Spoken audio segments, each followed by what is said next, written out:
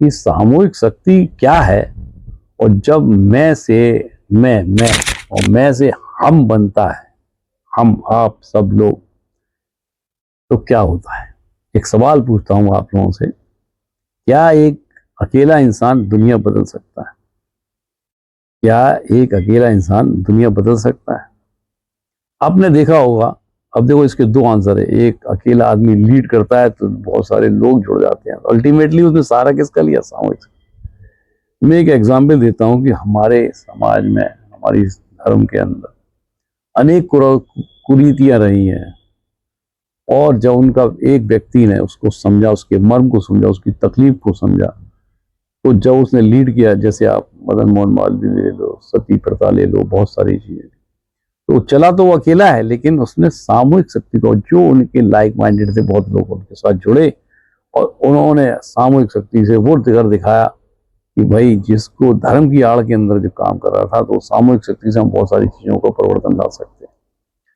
तो सवाल है कि फिल्मों में क्या एक अकेला इंसान दुनिया बदल सकता है? तो फिल्मों में तो हम कह देंगे हाँ, देखो आप, एक अकेला आदमी इतने लोगों से लड़ देता है, क्योंकि ये कल्पना है।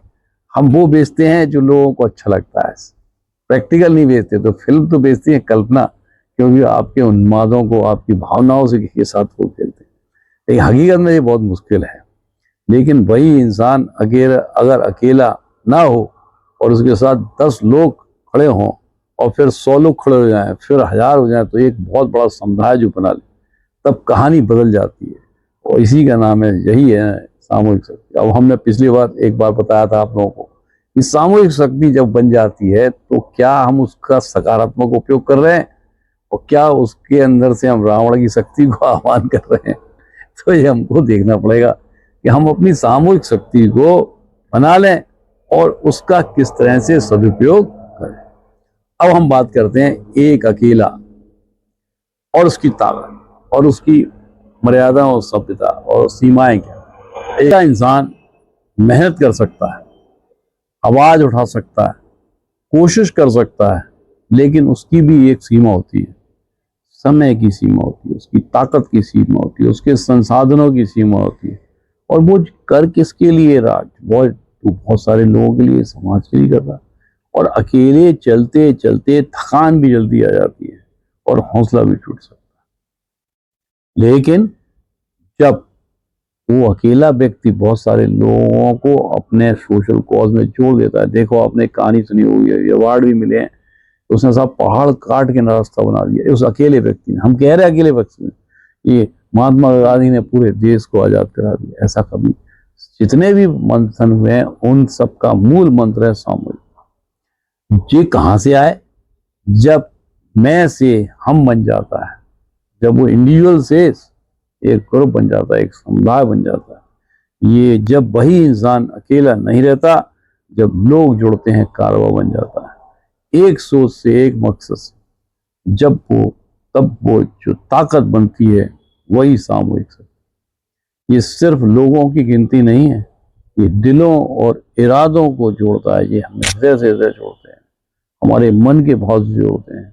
जब जुड़ जाते हैं तो अनेक लोग जुड़ जाते हैं। एक छोटा सा हम एग्जाम्पल लेते हैं, आपने सुना होगा, बचपन की कहानी है कि एक तीली को तोड़ना आसान है, लेकिन जब उसका पूरा गट्ठर बना दिया जाता है, तो उसको तोड़ना बहुत मुश्किल हो जाता है। क्यों? शक्ति का मतलब है जुड़ी हुई ताकत, जो एक सकारात्मक हो। अब हम बात करते हैं असली दुनिया में सामूहिक शक्ति का खेल।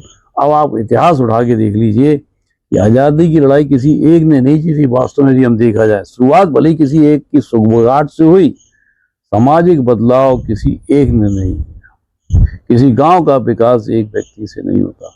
जब लोग मिलकर कहते हैं ये गलत है या ये हमें बदलना ही है, तब बदलाव शुरू होता है। अब हम बात करते हैं भीड़ और सामूहिक शक्ति में क्या फर्क होता है। देखिए, सेल्फ डिसिप्लिन, क्या ये है भीड़? क्या यह सामूहिक शक्ति सेल्फ डिसिप्लिन है? मतलब स्वयं अनुशासित जब तक नहीं होगा, मान के चलो उस भीड़ को कंट्रोल करने के लिए हमें फोर्स की, एक्सटर्नल फोर्स की जरूरत होगी, तो इसका मतलब वो दंड था। हमने देखा होगा कि ऐसे लोगों को, जहां विशाल आयोजन हो रहे हैं, तो उन्होंने आसपास के पूरे माहौल को खराब कर दिया। जगह जगह वो टॉयलेट करते फिर रहे हैं, एक धार्मिक संस्थान की भीड़ बस जा रही है, बच्चों की लाइन जा रही थी, उन्होंने उसके साथ अभद्रता करी। अरे आप किस तरह की सामूहिकता के साथ चल रहे हैं? हमारी क्या सोच है?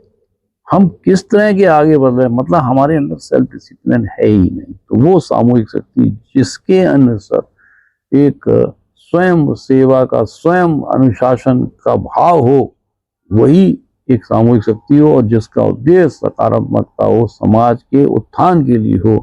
देखो भीड़ कहाँ से आई? भीड़ आई भेड़ चाल से।